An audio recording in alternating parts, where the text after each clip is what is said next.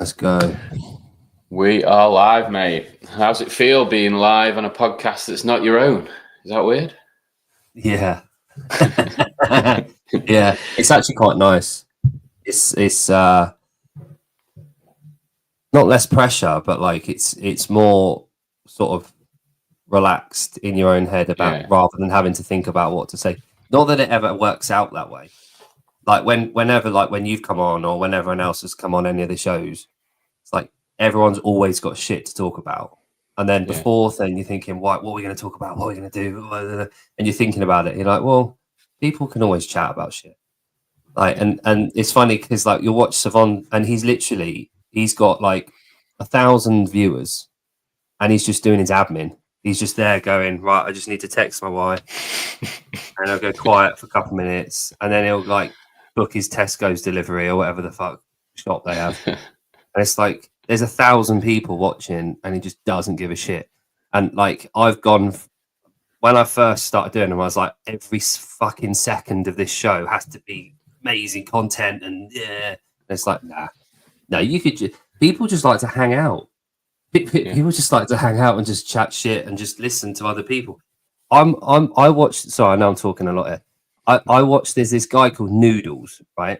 Who's randomly popped up in one of these live stream chats, and he's fucking mental, right? He lives in New York. He's a nutcase.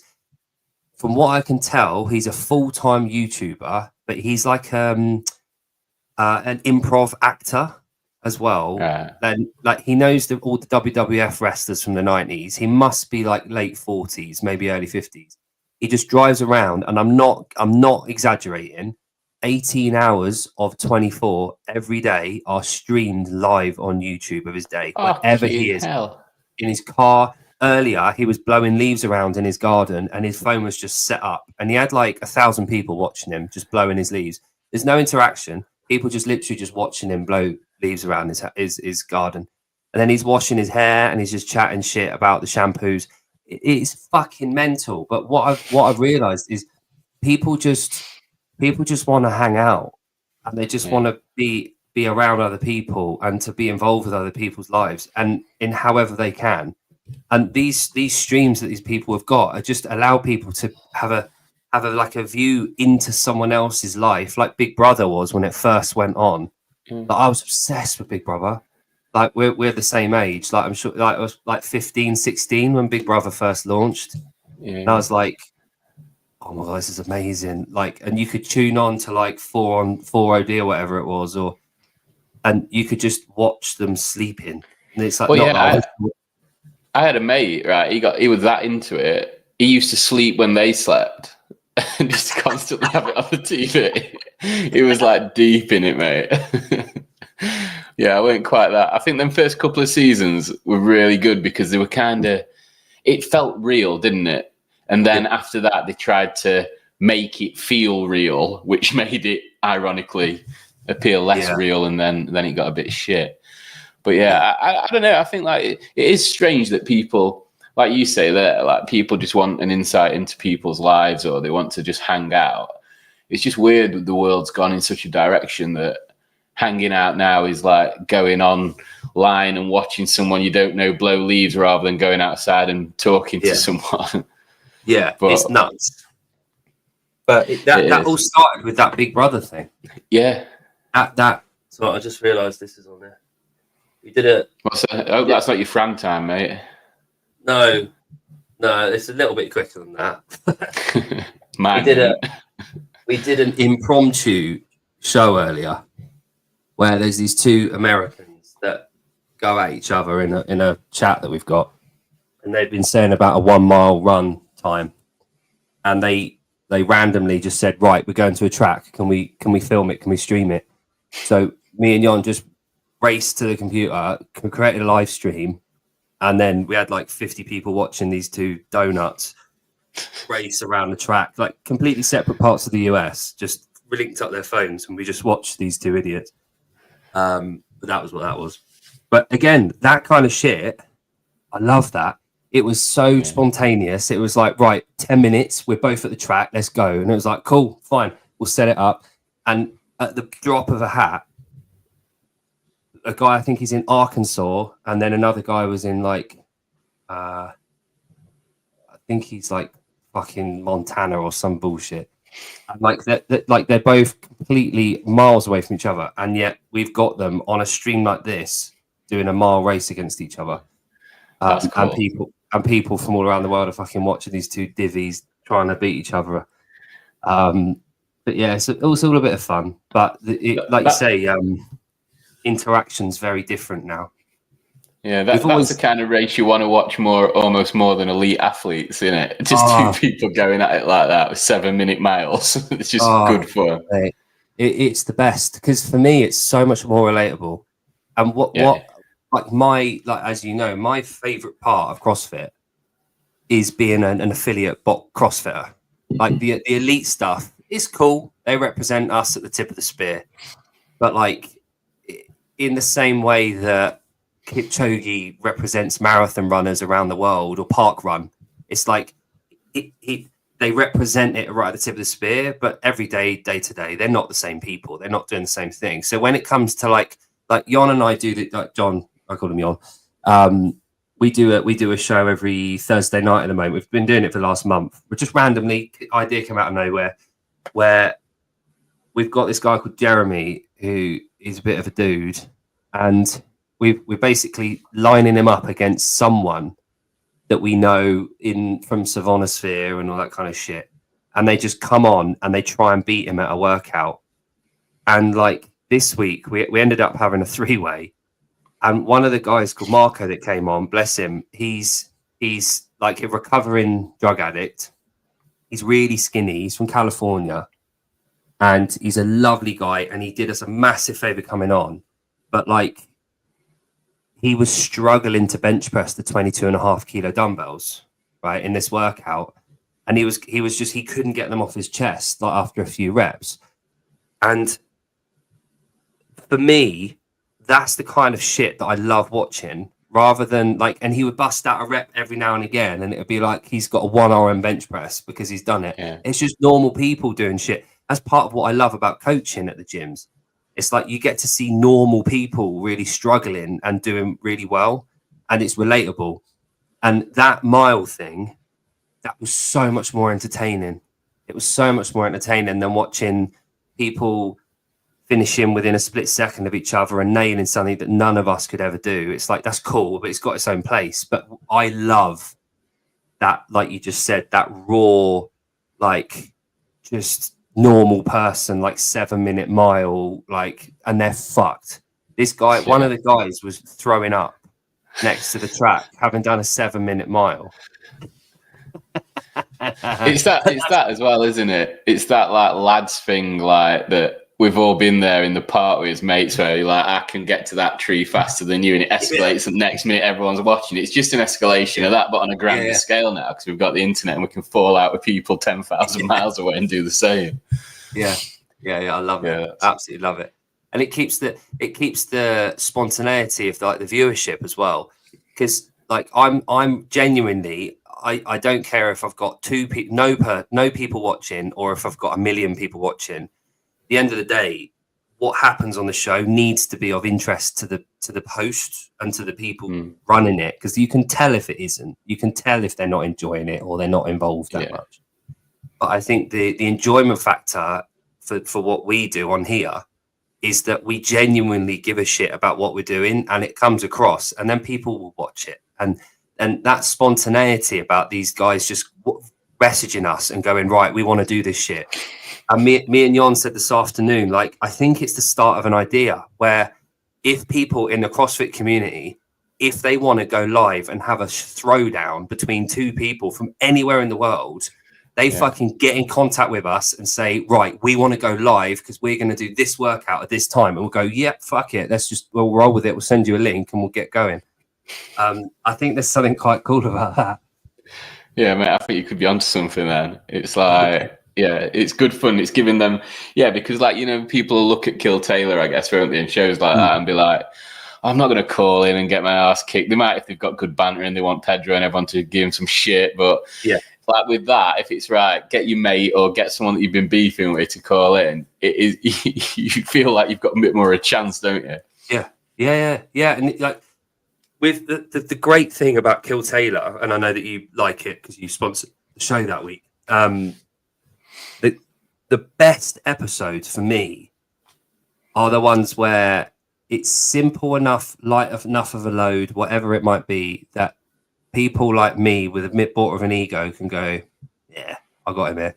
And they'll ring up and they get absolutely fucking destroyed after about 2 minutes. And then they just hang up and then there's another donut waiting in the wings to come on again.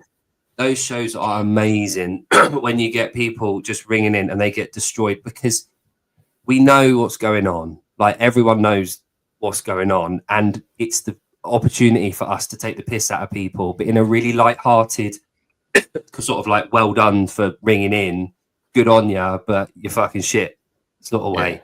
And it's okay to be shit. It's okay to be unfit. It's okay to not be as good as one of the best athletes in the world at CrossFit. Like it's just fun. And for me, I love the idea of that kind of box level athlete giving it full guns blazing, and we just get to spectate. Yeah, I know because you're in the inside with them guys. So where did it come from, the idea of Kill Taylor? Well, I remember where I was, right? I was at my daughter's gymnastics class, right? And I sat there and they had a show going on. And it was a Saturday afternoon. And I think Taylor might have even been on the show on that day. And Sevan was talking about how can we do this sort of, he was live like we are now, and he was talking about it. And earlier on in that show, they'd been talking about Kill Tony, about how brilliant the show is and this kind of stuff. And I wrote in the chat, you should do something called Kill Taylor. And it should be people trying to roast Taylor at the workouts. And I put this thing, and then a few people replied. And then like a couple of days later, these embers of this idea came about on another show where they were talking about Kill Taylor and where he's going to do a workout and people have got to try and beat him at it. And it's one of those things where it probably wasn't me. It probably wasn't, they probably didn't read it. It was just one of those mutual kind of things where, I can't remember the name of it, where like, like where different cultures come up with technology at the same time. It's like simultaneous. Yeah. Probably one of those, but it was a concoction of a conversation around online battles, because there'd been a couple of examples of it before. So there was Reps Ahead, where I think Brian Friend and someone else started this idea where you'd have two athletes and one of them started ahead of the other one in terms of reps on an AMRAP or a workout, and the other one had to try and catch them up to get to the same point on reps, and the other one had to just stay in front. That went on for about a month and it didn't really take off. There was a couple of other online sort of worky outy sort of shows, but they didn't really take off. And then once the timing, so for us in Europe it's Saturday afternoon about 4:00. So for Europe, it's perfect. We've all done the kids' classes. We've all done work. We've all trained. We get home. It's that early evening thing, and it's like we're sat down. It's like awesome. Like we can watch this. For the Yanks, it's like late morning. It's like 9, 10, 11 o'clock in the morning. But the timing was sorted. The concept was sorted. Taylor committed to it. And then the sponsorship sort of idea started coming around, where the rollover and the money came into it. And as soon as that happened, JR decided that he would be able to program, and it's just this sort of symphony of everything coming together and working as this like really cool thing. And it's like a year later, and it's going strong. They've obviously decided, they've taken a couple of weeks off because of the last week it was on, wasn't it, a syndicate in a different guise, but they're going to try a few different things. I think Taylor's got a bad knee and he's getting a bit overwhelmed with stuff, but yeah, it's a really cool idea. And so long as us in the CrossFit industry are coming up with ways to use and leverage what we've got and the community that we've built over the last X amount of years, as long as we're willing to put in the effort and the time and people are willing to support it, then everyone wins, or everyone's a winner. And people like James Sprague, Colton Mertens, Darlene Pepper, Jason Hopper, Ariel Lowen, Gazan, they've all come on the show on Kill Taylor and gone against him and done well. And you've got the tip of the spear coming in. As soon as the money creeps over like $2,000, the rollover, you'll get an elite athlete ringing in to win it because they know they can. Yeah. But yeah, it's cool. It's a really cool concept, and it's grown. And things like apparel coming out of it, and like belts and like Herd Athletics have come up with a Kill Taylor belt, and there's things that come out of it and sprout because there's such a strong community at the base of all of it, with Sevan's network and all the people that follow. They'll buy it. So as soon as this idea comes around and stuff's available, they'll purchase. They'll just go to town and they'll buy and support everything. So we have got a really cool group of people in our corner of the industry, and I really like it. As long as we've got that, as long as we've got people going to watch competitions, because that's the other thing. We can't. I talked about this a little bit before. Like, it's not just up to the athletes to support the community and to support the affiliates. The affiliates have to still idolize and to cherish the athletes because they're representing what we do. So it does go both ways. So I think so long as we're supporting the athletes and we're recognizing what they do, and also they go the other way, they support us, they admire all the work that the people, the athletes that will do well through all of they have done the last year, and they will continue to do so, will be the popular athletes. What makes the athletes popular? They're relatable. They may be coaches. They get involved with the community. They say thank you to all the volunteers. They're high-fiving people. They're getting involved. They love being part of CrossFit for every part of it, not just the paycheck at the end of it. I don't blame them because it's their job. They're professionals in that sense. It's how they earn their money. But the Spragues, Colton Mertens, who else? Emily Rolfe. So she's big in the community as well. You're gonna, and I'm sure I'm missing quite a few names here, but Will Leahy. So he coaches. He works in affiliate, so he's still involved with the us. I say us. I'll class CrossFitters as us. They will do well because they're still attached by the umbilical cord to the thing that's feeding them. I think that's the thing with those people, because like James Sprague's a great example, isn't it? Because like initially, when he came on the scene, people were like, "Oh, I don't know if I like him or not," and now you just never hear a bad word said about him. He's the same guy. They've just seen that he's relatable because he is part of the community. Like you say, he calls into Kill Taylor. He took piss out of himself with Pedro at Wadapalooza, and all that kind of stuff just makes you relatable, and that's what we want, innit? Like you get like your Brooke Wells and people like that are almost too polished, and they've got like a sort of a pre-narrated answer for everything. Whereas you put a mic under Colton or Austin Atfield or like how Alex Gazan dealt with the weed gummy, and it just makes you love those people and root for them, doesn't it? Then, mate, it's just like at the box. Like the people that take themselves way too seriously, they've got an answer for everything. They can't take any shit. They got no banner. They don't give and take everything. They're not having a laugh at the gym. They forget why they're doing it. They're not involved with things. They're not the ones that come to the Christmas parties. They're not the ones that get invited to the barbecues. They're not the ones that do the competitions. They're not the ones that the coaches like go the extra mile for. The people that walk in the gym, and I'm not saying be the class clown here, but the people that don't take it too seriously. They go there to be part of something. They get fit. They're healthy. They communicate with other people. They love going through that micro trauma with everyone in the room. They lay down. They have that post-WOD clarity when they're sat just chatting absolute nonsense and fucking weird shit for 10 minutes after a workout. Like the athletes that represent those people will survive and will do very well and be supported, because that's what we're like. The people that are like those outcasts at the gym that don't really fit in, we spot that a mile away because we're so used to seeing that person or people at the gym that we don't really see as part of what we do. So when the athletes are like that, we see the same thing. Whereas Colton Mertens, Sprague, Hopper, Gazan, Ariel Lowen to a certain degree, Emily Rolfe can give some banter, but I think that's down to the fact that she's got a British husband. And she's Canadian, isn't she? Yeah, she is. Yeah. Got a little bit more of that British sort of sarcastic humour in her. Do you think that, like the sort of athletes that have, I don't want to say turned their back on CrossFit, but have been part of the movement to go away and like maybe not do the games and all that stuff?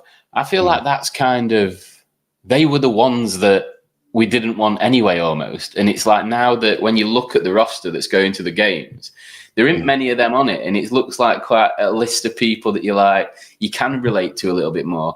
And I've noticed recently through obviously media that I've consumed, because I've not met her, but Tia seems to have become a little bit more relatable somehow. And because she was so good, she was almost unrelatable to anyone on this fucking planet. But also she just had an air about her that I feel like that's took a little change now. Whether or not she's trying to breathe in all those last moments before she retires, I don't know. But it's like I'm kind of rooting for her more than I ever have, and I'm desperate for her to go back and do the games. And it's like, And I think it's part of the reason. And I know ticket sales aren't going that well, but I was on the fence of whether to go on. I've got some mates that have qualified through. I know Harry Lightfoot, Team AOD that have made it. So I was like, I need to go and watch these guys. But then when I was looking at the rest of the field as well, I'm like, I want to see Austin, I want to see Colton, I want to see Darren, I want to see Hopper.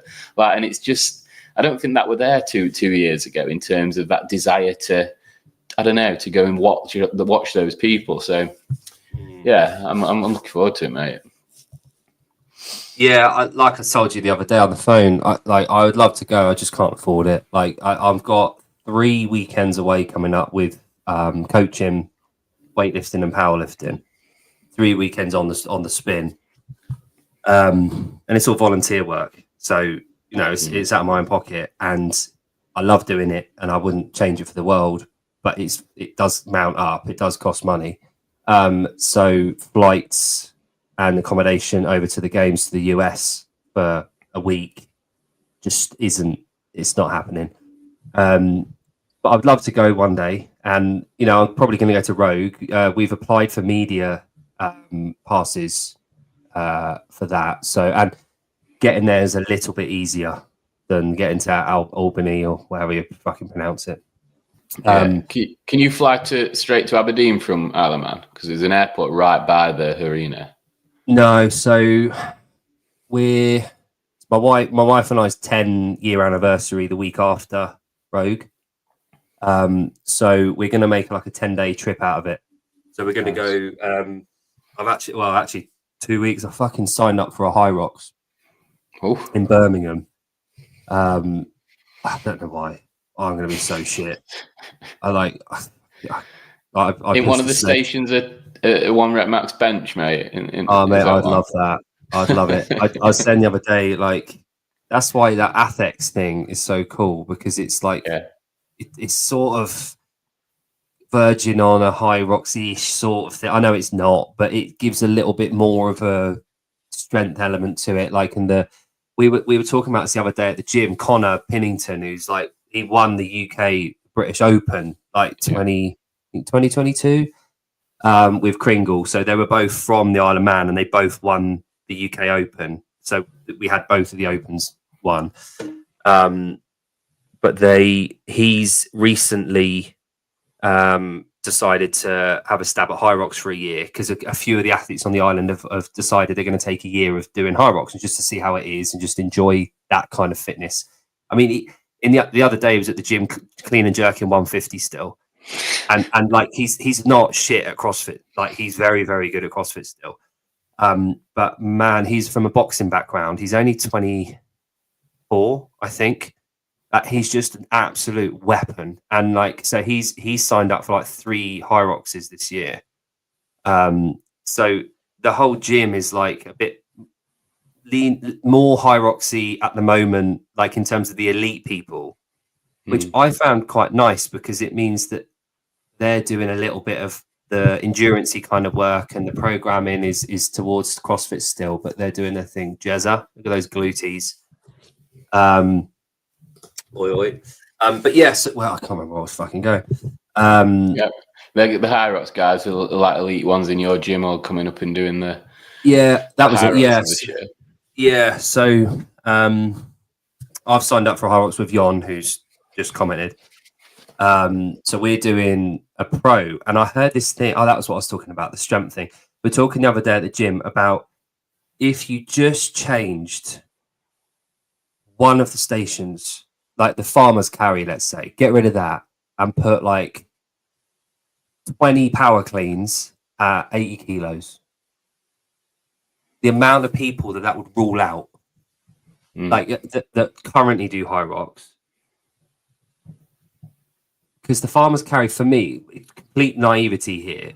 Like each station has its own place, and it's very difficult, and it does a certain job in that particular part of the race.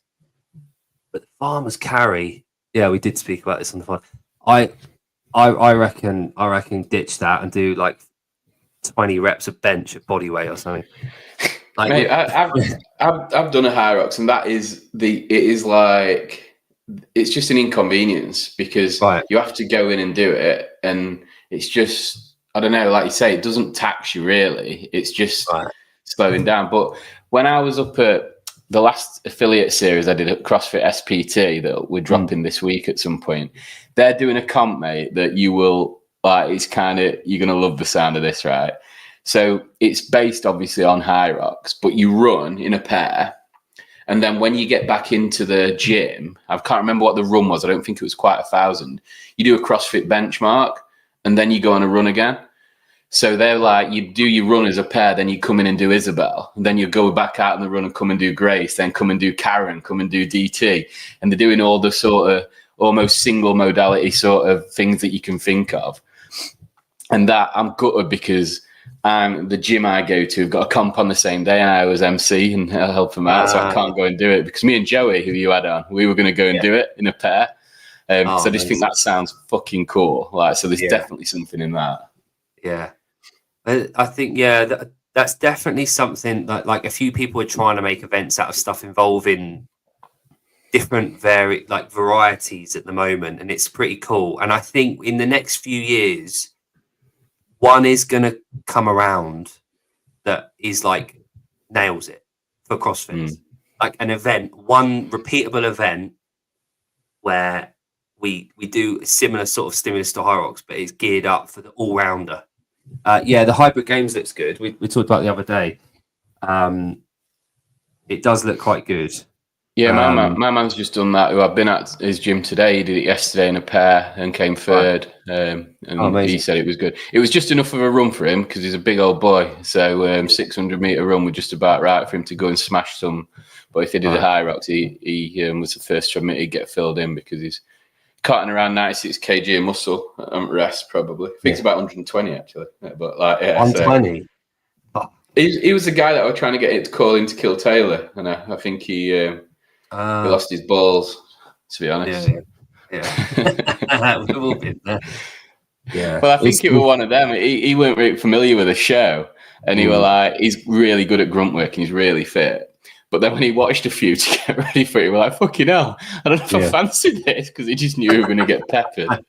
That's good. That's a good thing. But while you're on that subject of High Rocks, mate, I do that like Stephen Bartlett rip-off of my previous guest leaves a question for the next guest. Oh, yeah. And his question for whoever it would be was, would you rather be able to snatch 140 kg or complete a High Rocks in less than an hour? Snatch? I knew you were going to say that because I said to him when he asked it, I already had you scheduled, and I was like... That's not even a question. But see, like for me, I'd think about it more in that it doesn't necessarily have to be the High Rocks, but to have the capacity to complete that, the fitness associated with that, to me, would be way more appealing because I think my snatch is like 80 kg, and I can't remember the last time I tried. Yeah. But like I love would you rathers. Like me and Jon, we've been talking about this a lot recently. It gets really dark when we do them. But not for this show. But no, go for it. I'm in. But yeah, you know, the thing is, what was his name? Jason Ackman. CrossFit level 4 coach. He owns Best Hour of Their Day thing. He runs like a thing for boxes and all this kind of OG guy. He put a thing up, like probably about a month ago, saying something on the lines of, I'm paraphrasing him here. Karen Unbroken is more impressive than a 600-pound squat or something, like something on those lines. And I fucking hated him for that, because I hate the fact that that's right. Like Karen Unbroken, 150 wall balls unbroken, that's a true test of fitness for everything. Like it's so damn impressive when you see people do that. Like Connor, the guy I was on about, he did it a few years ago. It's like under 4 minutes. It was like 3 minutes something Karen time, which is like, it's mind blowing. It's fucking, you get, like, most people, if you try and do max set unbroken wall balls, you get to about 60 and everything's starting to scream at you. And then from then on, it's like 10s and 15s. And then, go for it. We actually talked about it. I think it was this morning or last night we talked about this. But yeah, about the would you rathers. But yeah, some of them get really, really weird. I don't know. You know, like when I think about the Karen versus the 600-pound squat, I don't know. From an impressive point of view, to me, I don't know why, but I lean towards the squat, because I can almost comprehend doing 150 wall balls unbroken. I feel like if I went on a journey to get one or the other, I'd get 150 wall balls way quicker than I'd probably never get a 600-pound squat. Never, ever, ever. So like, I don't know. I guess it depends how you contextualize it, doesn't it? Yeah, so I might have got it.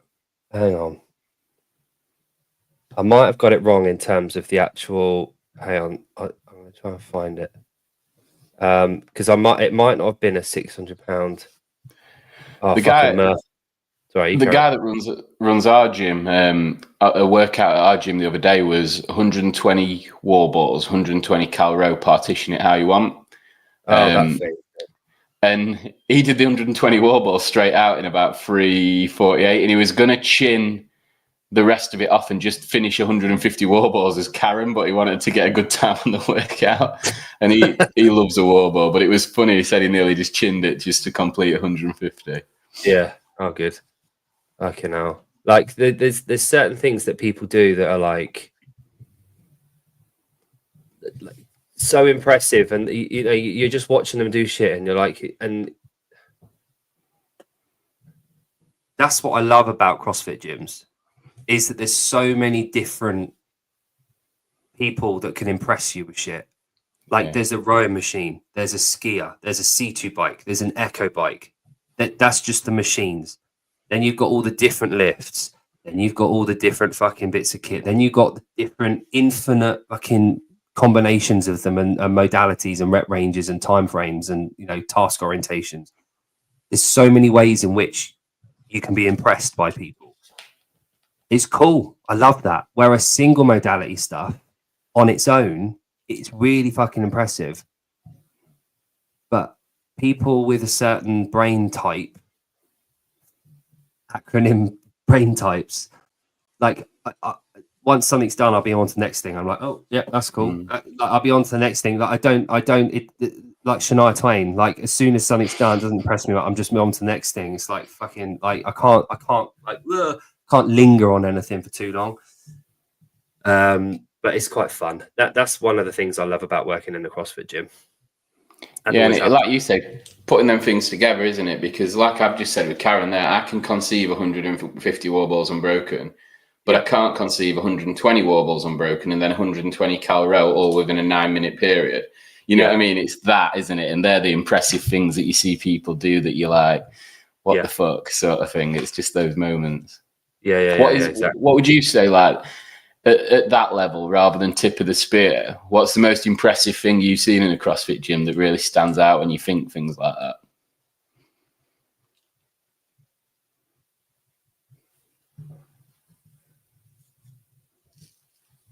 I'd remember give birth in the gym. That's pretty impressive. That was pretty cool. But in terms of like some kind of CrossFit Jesus, like delivered in a barn sort of thing. Yeah. Oh man, like I think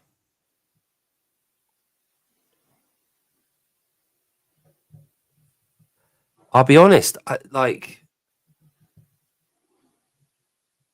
think it's got to be a row.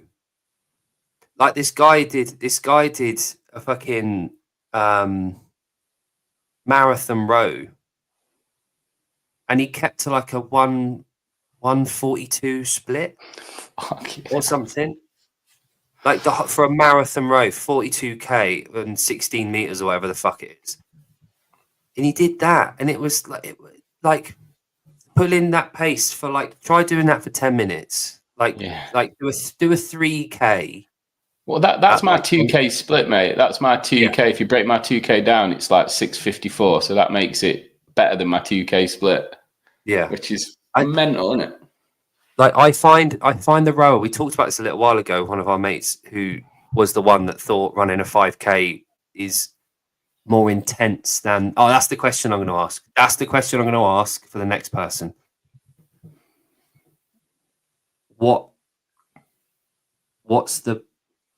Which of these two can you push your body to the extreme on better? The 5k run or a 2k row? God. Like which can you bury yourself on more? Oh man, that is a. I know that they're different. I appreciate that they're like slightly different stimulus, and one of them's like, let's call it 7.5 minutes for the average person, or 8 minutes, let's say, and then a 5k, let's call it 25 minutes. I know they're different time domains. However, which one, like Fran is, most people it's like about, let's say 4 minutes. No one's coming away from Fran walking properly, breathing properly for a day afterwards. Yeah. And thinking how amazing it was to do Fran. And that's under most of the time under 4 minutes, around that. Whereas if you got an average member to do, a 5k run, again, is it because they're not willing to push harder over that time domain for a 5k? But if you're using you look at a marathon runner, right? You look at Kipchoge or someone that runs it in 2 hours. 5 minutes after they finished, they're fucking fine. They're walking around. They got their little silver cape on. They're walking around. They're throwing their shoes in the crowd, and they're loving life, and they're normal aerobic. You look at a 100-meter sprinter. Half an hour after they've done a 100-meter sprint, they're still fucked. They're still a mess. They're different energy systems. But so, Mike, the question that we looked at around that 2k row and that 5k run was, which of those two do you feel like you can bury yourself on the most, and which one do you feel worse after? Those two, I know they're different, but we had some variance in terms of answers on that. That we had a group of about probably 20 people. The reason I was like, when you first asked it, is because there's somehow that's the stimulus of both is so relatable. I don't know if it's because you're used to rowing such shorter distances, whereas you're used to running a bit longer, so they feel comparable. And when I think about when I've PB both of them, I was exactly the same, like in a hole on both, like, and they're just remarkably comparable given the difference in time domains, like you said. Yeah, that is an interesting one. We talked about it for probably a full day back and forward between a group of about 20 of us, and we didn't come to a conclusion. It was just like everyone thinks differently about them. But I think it's which one are you willing to push the hardest on, I guess. But that's like anything, I guess, isn't it? Yeah. But we've been trying to get this guy called Phil Clapp, English guy, Big Phil, is his thing on Instagram. He's like a world record holder on the ergs, like on the ski erg and on the rower. Oh, this is a guy that we're just like saying these are his times. Honestly, I think he's like 6'7", 6'8". He's got the lungs of a blue whale. He's a professional rower, and the anger in him, like his stroke rate is like still high for a guy of his size. It's still like, I think it's 30. I think he hits 30 strokes a minute at his height and his power, which is quite quick. One of my pet peeves is when people like fucking go hammering on the rower and the chain's going like that, and it's like they're all over the show, and you're like, oh man, sort your fucking rowing out. But he's a professional rower. His rowing is immaculate, and the power that he gets, it's just fucking mental. Like you look at that, and again, you've got numbers to look at and compare to, which is always dangerous. Which is also why the box cheat never does well or enjoys the machines. Yeah, because it counts for them. Well, you see him, don't you? Sometimes when you see him like flicking with monitor, getting it turned off at next person. Yeah. Like, quickly turn it up and then close it. It's like, oh, it turned off.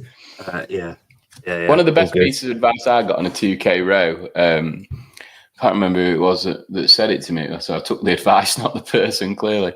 But they said like there's a point in it where mentally you have to just accept that it's not going to hurt anymore. Not that it will, that it won't. But because it starts to hurt at about 7:50 in, and all your brain's doing is telling you it's going to get worse. You've got 12:50 to go, but it can't actually get worse than that. Right. So if you can convince yourself in that moment where you're in that sort of no man's land that it isn't going to get worse, that row seems to be a little bit more palatable.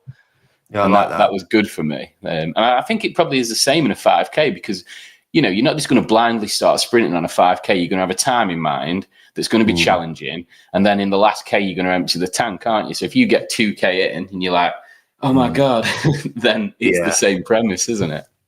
Mate, I've got this thing where every now and again, like, do you have access to a gym like you go in at any time, or do you go to the classes? Like, do you? No, I go to the classes, but I do go to like a JD gym as well if I want to do my like strength and shit like that. Yeah. So because I've had free reign in CrossFit gyms since I started. Every now and again, I'll like veer off from the programming. I'll do my own thing. Like at the moment, I'm doing a strength cycle. So we've got the Russian squat cycle going on in the actual programming. So we're squatting 3 times a week at the moment at 80% for different rep ranges. But also on top of that, I'm doing bench press 3 or 4 times a week in different like varieties. I've got 2 powerlifting comps later in the year that I've registered for. Jon doesn't know that actually. I've signed up for a bench only on September the 13th, and I've signed up for a full power the week after that. And then where's the bench only, mate? In Warrington. Can anyone sign up for that? Yeah. They've got spaces now. I think it's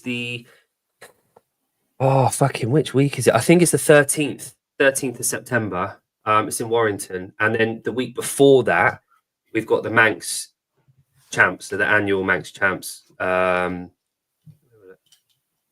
It's the third. Yeah. Thanks. I got a busy September. And the 6th is the Manx Champs, and then we've got the High Rocks 2 weeks after that. So September, I've got a bench only, a full power, and then a High Rocks. So I'm gonna. I've entered in the 93 kilo category for the power stuff, because by then I'm 10 weeks into a High Rock cycle. So I'm gonna maintain my like powerlifting alongside the limited High Rocks prep that I'll do. Jon's going to carry us the whole time. I know that I'm running as well, but I'm just going to not be that great at running. And I'm really tempted to do it in my Nano 2s just to prove a point. Although I've ordered the new Adidas special things. Have you seen them? The Speciales? It is highly. I've seen them. They look cool, but I don't know if they're like... Yeah. I don't know how... Good. Yeah, well, I'll let you know. One of the things I found on High Rocks, mate, which was a bizarre thing, and I don't know if it's just because I've got a fucking gammy old man knees, but you know, because we were doing like 3 loops each time, so I was constantly turning on the inside. So I felt it on my left knee really bad. So that was something, you know, because it wasn't like, it's almost like right angles, isn't it? It's not like you're running on a track gradually round. You're kind of running and then like that. So yeah, that's maybe not the nanos, mate, for a man that doesn't run much. Let's see. Yeah, and then so that's the 23rd, I think it is, and then the week after. Oh no, that's October. It's October the 23rd. I think we've got High Rock, so I've got a month, and the week after that is Rogue. So me and my wife and the kids are going to go to Birmingham. We're getting the boat across with the car. We'll go to Birmingham for one night. I'm not staying in there any longer. I'm going to say, fucking hell. Yeah. You know how to treat a family, mate. Yeah, off to Birmingham. Boring. Here we come. But yeah, we'll go there for one night only. Get out of there as soon as we can, and then drive up to the Highlands for a bit of a journey. We're probably going to make our way up and like stop off at places on the way out, because we've got like a best part of a week between Birmingham and Aberdeen. So we'll go probably like Birmingham. We might go to Warwick, because I'm obsessed with Warwick Castle. It was like growing up, that was like fucking where I wanted to live. This is England's second city. If you want to live in a castle, mate, just come over as an immigrant. They'll probably put you up in one. Yeah, I could do, couldn't I? All right. I'd have to leave the kids and the wife at home, just come on my own. For all of that. But yeah, I don't know if I visit my house, but I'll meet you for yeah, fuck it, why not? I'll sleep in your garden. But no, I think we're gonna like do like a little kind of a few stop offs on the way up. Whitby would be cool to stop off at. Kids would probably like it there. That would be a good start.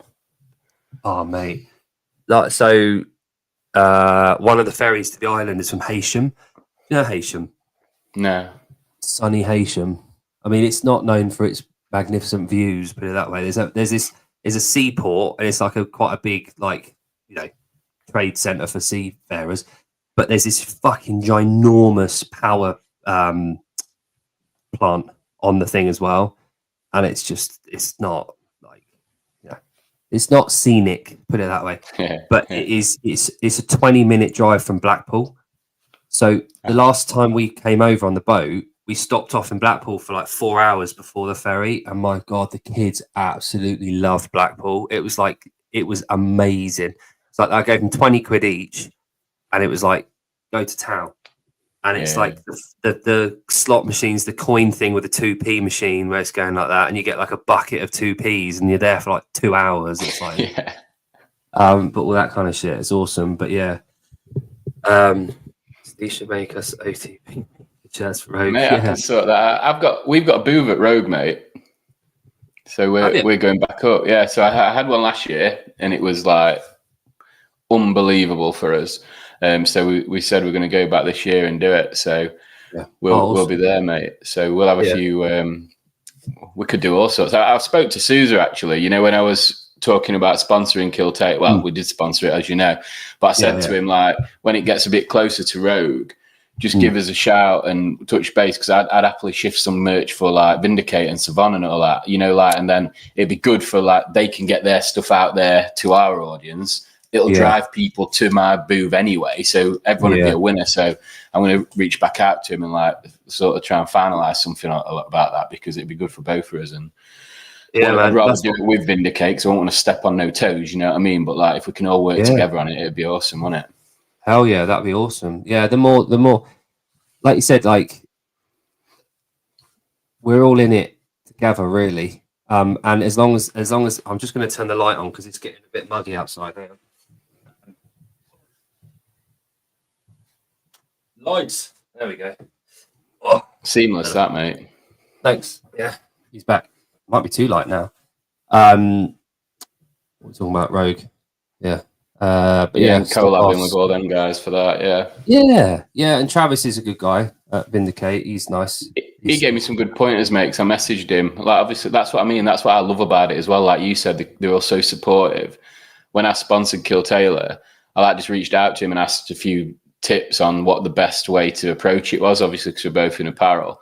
And he just like immediately replied and just gave me some pointers. And it's just, you know what I mean? It's just good, isn't it? That like people are like that. And I feel like, you know, like when we talk about CrossFit in the community and that, people outside of it take the piss out of it, but they have no idea like that. I put in I don't know if you read the little thing about what I put on Instagram about you, like how you are with supporting everyone in the community, sharing everything to your story for no personal gain, all just like because you want to expand the community and help people. Yeah. And you just don't get it. And the best analogy I use for it, and I don't know, I think I said it on one of your shows, was like, you know, I've moved house 3 or 4 times in my life. The time that I had more help than I knew what to do with were after I'd started CrossFit. Before that, I couldn't get any of my best mates to move a box ever. And I've known them for 10, 20, 30 years.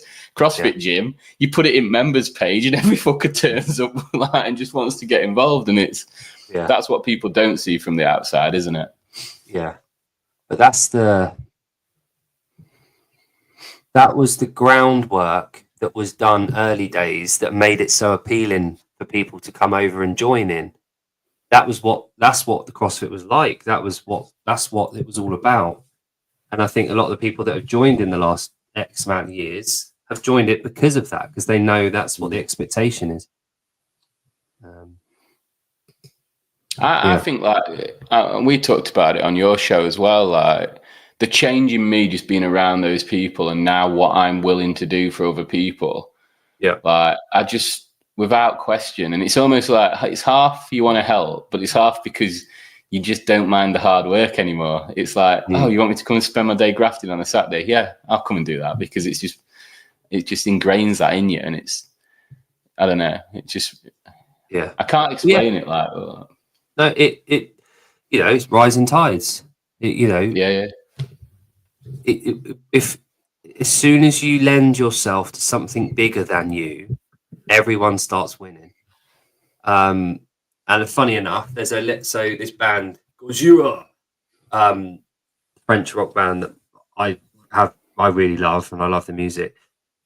My boy absolutely loves as well. There's this one song that he loves called Shooting Star, and there's this line in it, and it's, if you change yourself, you change the world. And he became obsessed with that line. It's like bang, bang, bang. It's really cool. So I've used it quite a lot with him. You know, it's if you change yourself, if you make yourself better, you make the world better. Like if you do that, you can improve yourself, you improve everyone around you. It's the same with the community. If you contribute, if you add value rather than ask and take all the time, if you give, it only makes things better. You're contributing to this bigger thing. And if everyone does that, everything gets better. It's as soon as the roles reverse and people start absorbing and taking and asking people of things, to an extent, it starts to drain resources instead of adding to the table. Obviously, you're gonna take at some point, but you need to contribute more than you take. Yeah, it was like what Greg talked about with the pie, wasn't it? He didn't want his piece to get bigger. He just wanted the pie to get bigger. And if the pie got bigger, everyone won. He didn't need his piece to get bigger. It's basic sales. Like I worked at Coke for 4 years, and like the amount of fucking times I heard the phrase incremental growth, it did my head in at the time. I was like, fuck, incremental growth. I don't care. At the time, it didn't mean much to me. And then Greg started saying it. I was like, what does this mean? I like him. He's much better than Paul at Coca-Cola UK. He was talking about that. And like, if you make the pie bigger and you have 10% of that pie, you have a lot bigger numbers. Like, but if you work on percentages, but you've got to grow the fucking pie. You can't wait for other people to grow it. You've got to grow it. And mate, we all know, like everyone knows, and I think I'm pretty certain everyone in the industry, in the fitness industry, knows what CrossFit's done for the industry in the last 20 years is nothing short of fucking miraculous. Like every Pure Gym, every David Lloyd, every fucking gym in the UK that you walk into has been directly affected by programming, by kit they've needed, by people dropping in, by everything that you see little whiteboards up in Pure Gym with AMRAP written on it, and you're like, boom. You see people like coaching EMOMs now, boom. It's like all of this shit, it all comes from that, from over the work over the last 20 years, and it's cool.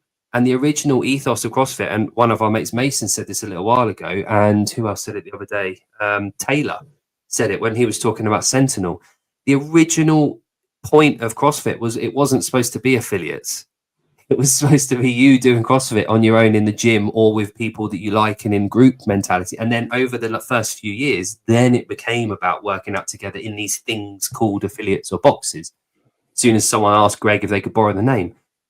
But the way that the gym industry has headed, and you look at British weightlifting and British powerlifting now, in the last 10 years, how big they've got, especially British weightlifting. All the girls, you look at Bella, who's fucking one of the rising stars of British weightlifting.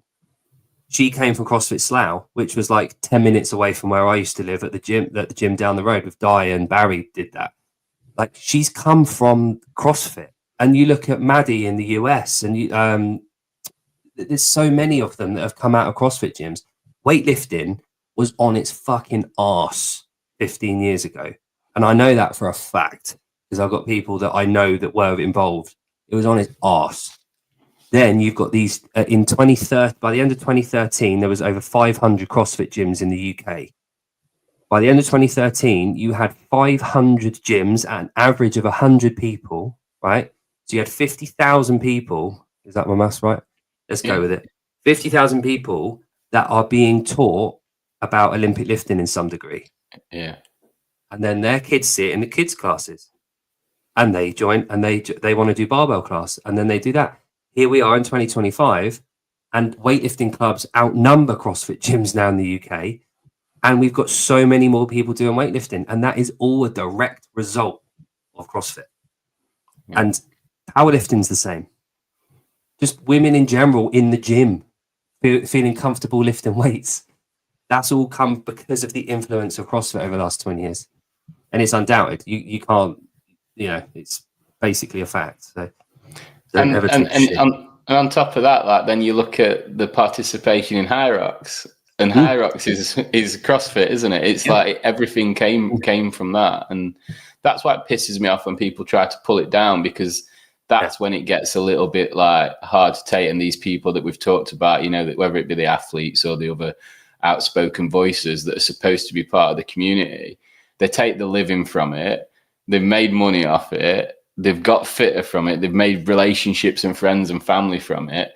And now, because it's deemed in the eyes of whatever mob culture we're buying into, that it's now the enemy, they want to tear it down from within. And it blows my mind that not only that they would do that for CrossFit, but the society is at that point where it wants to eat itself alive every time something that they don't agree with happens. Two things. One, Jon's put, it's 40,000 tickets sold for London in December.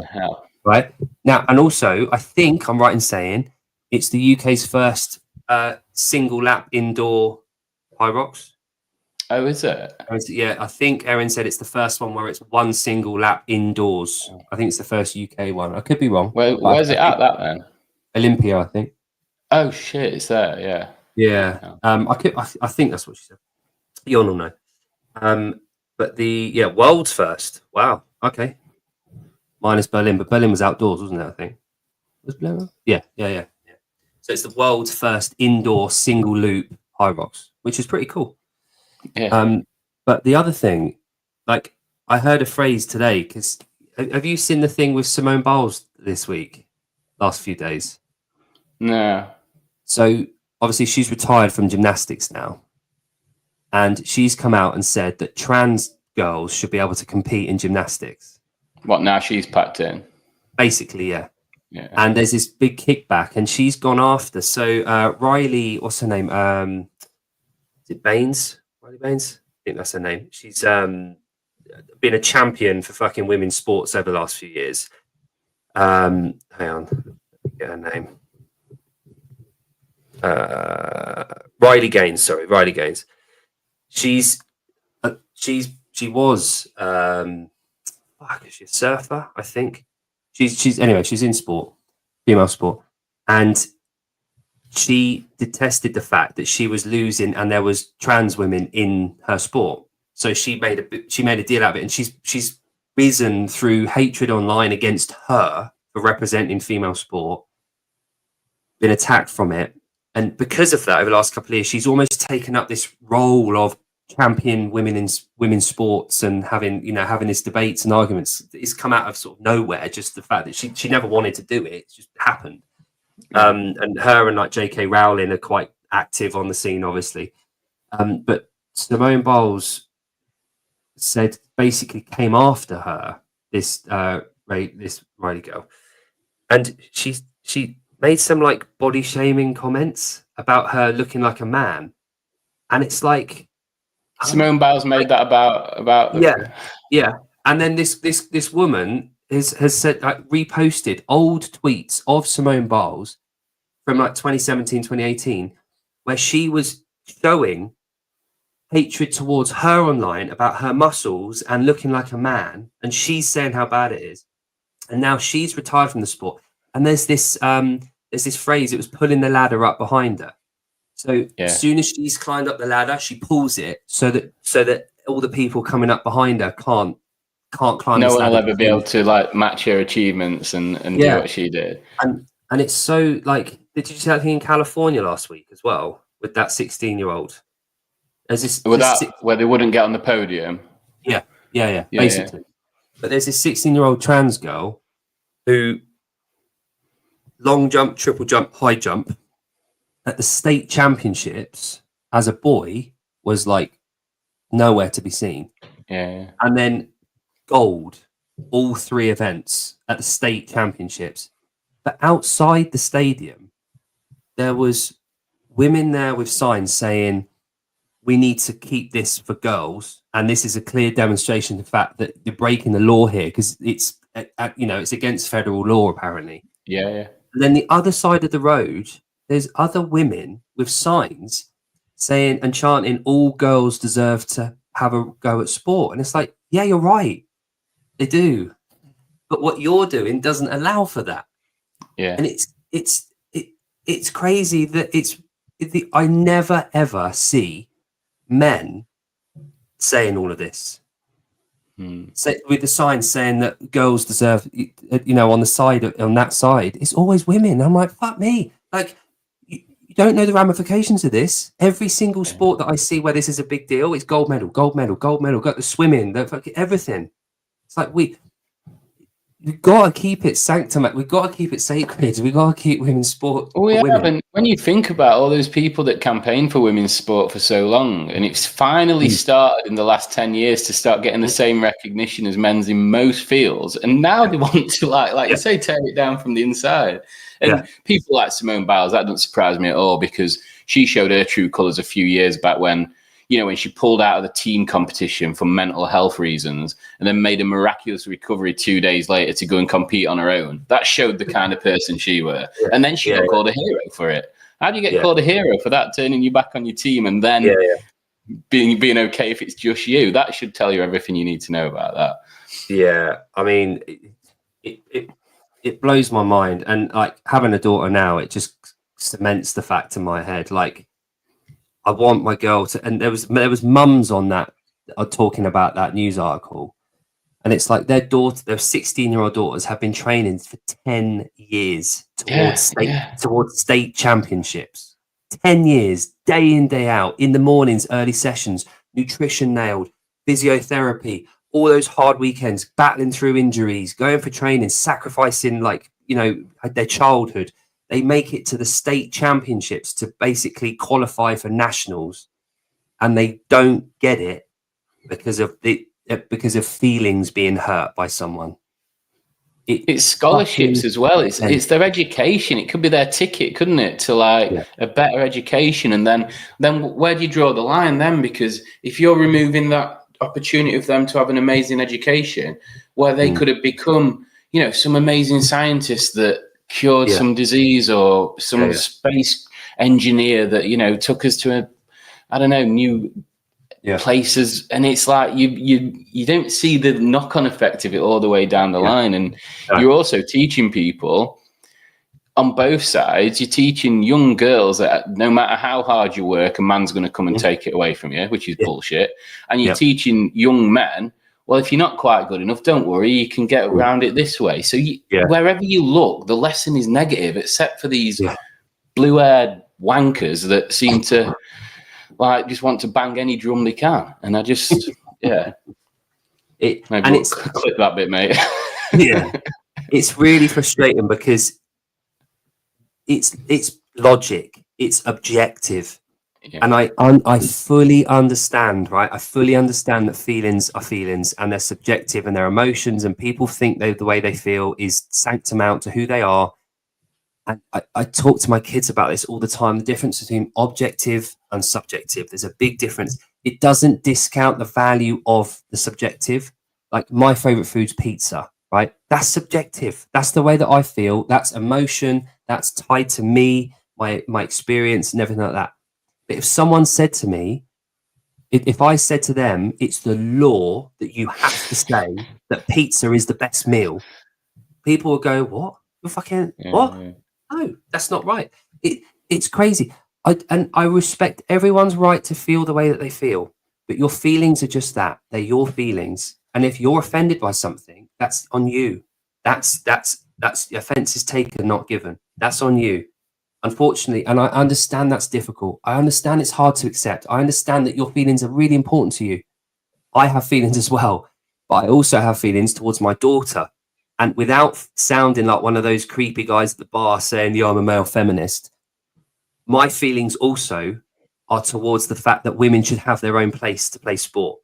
Yeah, and I'm passionate about that, because I want my wife to have competed in sport, against in a fair playing ground. I want my daughter to have the same thing, and I love that, and that's what I'm after. And I don't, in all honesty, if people's feelings get hurt, I'm sorry, but I don't care. Like, if my feelings get hurt, fucking so what?